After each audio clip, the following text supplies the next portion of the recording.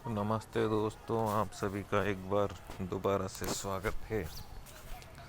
तो आ जाते हैं आज की सीधी कहानी पर। क्या कहती है आज की कहानी? मूर्ख गधा और शेर। एक बार एक बूढ़े शेर और हाथी में लड़ाई हो गई, जिसमें शेर बुरी तरह घायल हो गया।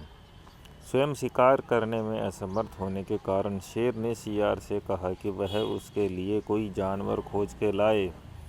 सियार जंगल में घूम रहा था, तभी उसे एक गधा घास चरते हुए दिखा। सियार उसके पास जाकर बोला, प्यारे गधे, तुम इतने पतले क्यों हो गए हो?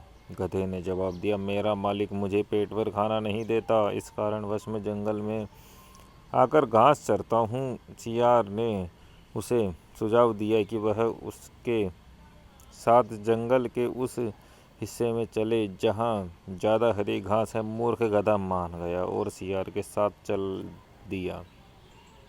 शेर उसको देखकर प्रफुल्लित हो गया। उसने गधे के ऊपर छलांग लगा दी, पर गधा भाग गया। सियार को शेर पर बहुत गुस्सा आया और उसने शेर को अगली बार थोड़ा धैर्य रखने के लिए कहा। शेर गधे के पीछे भागा। सियार गधे के पीछे भागा। सियार ने चतुरता से बोला, अरे तुम इस तरह भागे क्यों? वह जानवर तो तुम पर कूदा था, वह एक गधी थी जो तुम्हें देखकर बहुत खुश हो गई थी। गधे को उसकी बात पर यकीन नहीं हुआ। सियार फिर बोला, तुम ही सोचो, अगर कोई शेर तुम पर हमला करता तो तुम क्या जिंदा होते? चलो अब मेरे साथ आओ। मूर्ख गधा सियार पर विश्वास करके फिर उसके साथ चल दिया।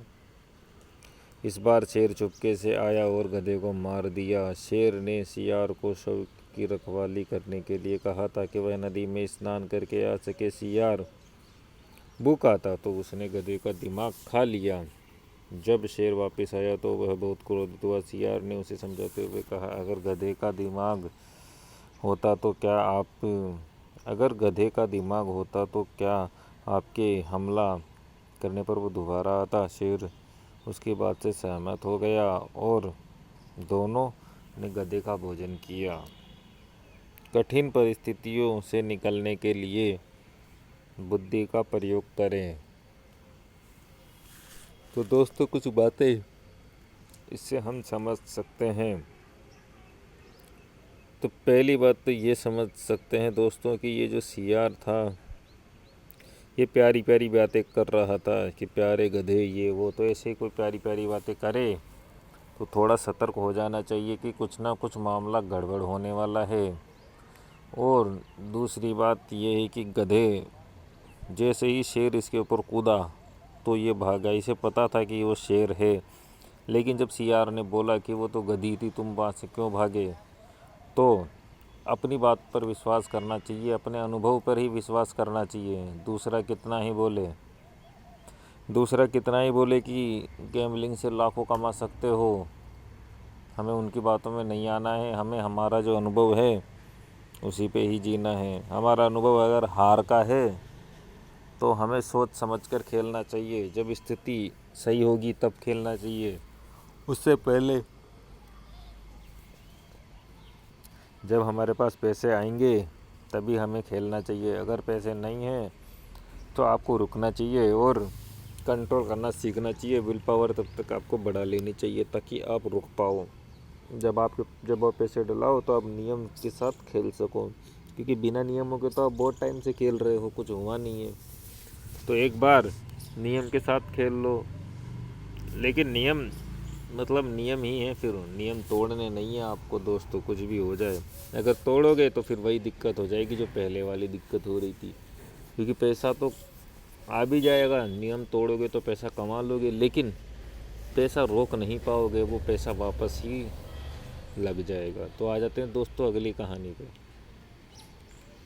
अगली कहानी किधर से आएगी? पता नहीं क्यों नहीं आ रही है ये। अच्छा, पूरी।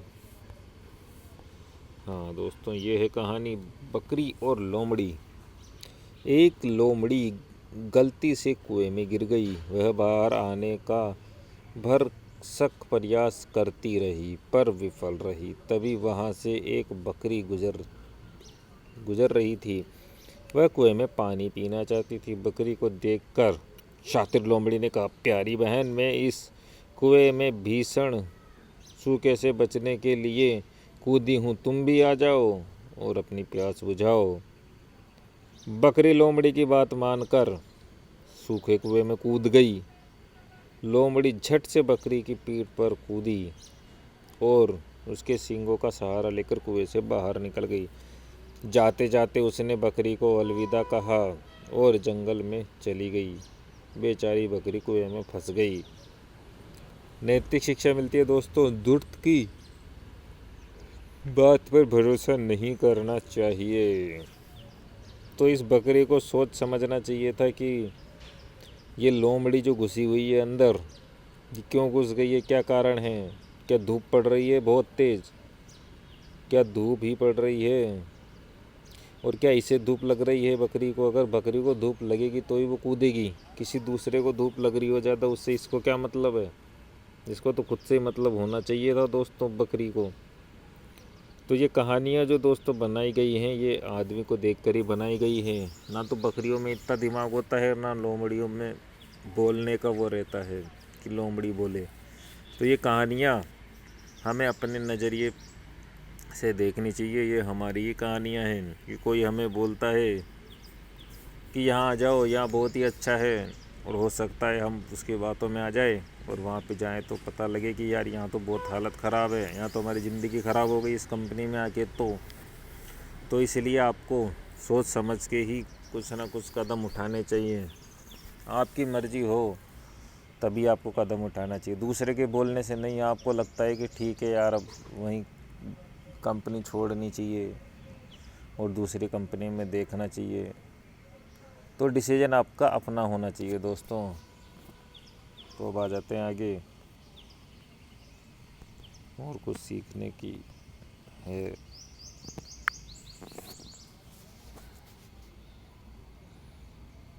कल हमने गैप दिया था, तो आज दो चीज़ें करेंगे। आज 7वां दिन है और मैं रोज़ इन सभी नियमों को पढ़ रहा हूँ और इससे मेरा कंट्रोल बहुत बढ़ रहा है। और यह बहुत अच्छा है कि अब मैं कंट्रोल नहीं खोने दूँगा और मैं सब काबू करके ही रहूँगा। और 8वें दिन में है दोस्तों, आज 8वां दिन है और मेरा बहुत कंट्रोल हो रहा है। मैं ऊर्जा को बचाने के लिए और मुझे ऊर्जा बचानी है, इसे दोहराने से ही ऊर्जा को बचा सकता हूँ। किताब पढ़नी है कि धीरे धीरे पढ़ना है, जल्दबाजी को पूरी तरह ख़त्म कर देना है मेरी लाइफ से। तो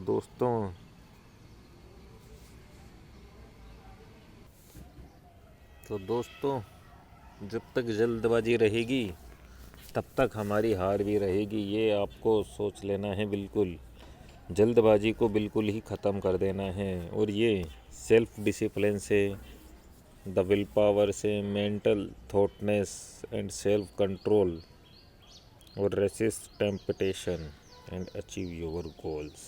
तो ये कुछ चीज़ें हैं जिनसे प्रैक्टिस करते करते सेल्फ कंट्रोल बढ़ता है। तो जल्दबाजी हमें ख़त्म करनी है तो क्या कर सकते हैं दोस्तों।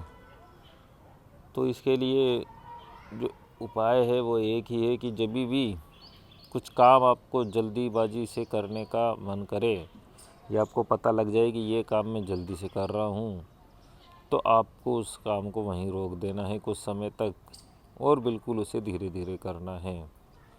इस तरीके से करते करते आप जल्दी ही जल्दबाजी से काम करना छोड़ दोगे। और जब भी आपको लगे आप 2-3 गेम हार जाओ, अगर आपको लगे यार अब जल्दी से मैं मेरा टारगेट पूरा कर लेता हूँ, तो वहीं आपको रुक जाना है। जल्दी में टारगेट पूरे नहीं होते हैं, जल्दी में लॉस में हम पहुँच जाएंगे। तो खेलना किस तरीके से है दोस्तों, खेलना इस तरीके से है कि पहले आपको जितना भी अमाउंट है उसकी 0.5% या 1% बेट लेनी है।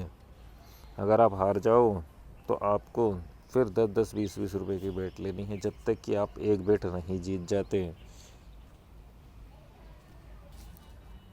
और जब आप एक बेट जीत जाओ दोस्तों, और आपको दोस्तों अगर आर पार की भज्जी लगानी है सीधी कि या तो इधर या उधर, तो आपको एक बेट पहले जीत लेनी है।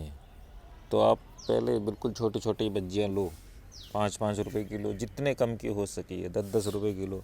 एक बेट अगर आप जीत जाओ तो टारगेट पूरा करने के लिए आप सीधी एक लंबी भज्जी ले लो। अगर हार जाओ तो गेम बंद करना ही है आपको, और जीत जाओ तो भी बंद करना ही है। तो जीत के ही आपको बड़ी बेट लेनी है, हार के नहीं लेनी है, क्योंकि हार के लोगे तो वो हार आपका पीछा करेगी। जैसे मैं 10 भज्जी हार गया और मैं बड़ी बेट लेऊँगा तो मैं 0 ही होऊंगा। लेकिन अगर मैं 10 भज्जी हार गया, 10-10 रुपये की हारा हूँ, तो 100 रुपये ही गए हैं मेरे, ज़्यादा लोड नहीं है।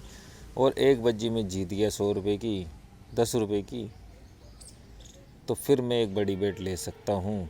बड़ी बेट हमेशा दोस्तों 2 प्लेयर पकड़ के लेनी है। जैसे कि हम खेलते हैं कि 3 प्लेयर होते हैं, उसमें से 2 प्लेयर हम रख लेते हैं। उसमें आने का कम रहता है और पैसे जाने का ज़्यादा रहता है, लेकिन उसमें रिस्क भी कम है। 90% गेम आपके पास रहता है उसके अंदर। रूलेट का तो पता नहीं, लेकिन जो टेस्ट 3 पत्ती होती है पत्तों वाली, उसमें तो डबल में हम जीतते ही हैं। रूलेट में ज़रूर हार जाएं, इतना नहीं हारते, लेकिन चांस रहते हैं हारने के। कोई नहीं, चलो दोस्तों, मिलते हैं अगले वीडियो में। आज के लिए इतना ही।